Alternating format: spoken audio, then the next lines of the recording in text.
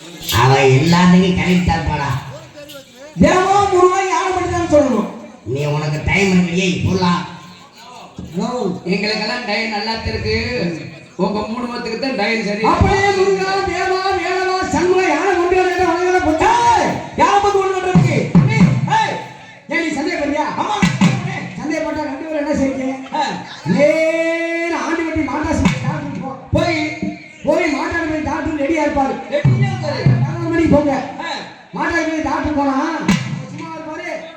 இந்த அப்படி நெட்டா ஒரு கம்பி வச்சிருப்பாரு. கம்பி அந்த கம்பிக்குள்ள கம்பி நுழைய விட்டுருவாரு. தப்பிக்க முடியாத அளவுக்கு நுழைய விட்டுருவாரு. கம்பி ஆமாண்ணே உள்ள விட்டுருவாருண்ணே.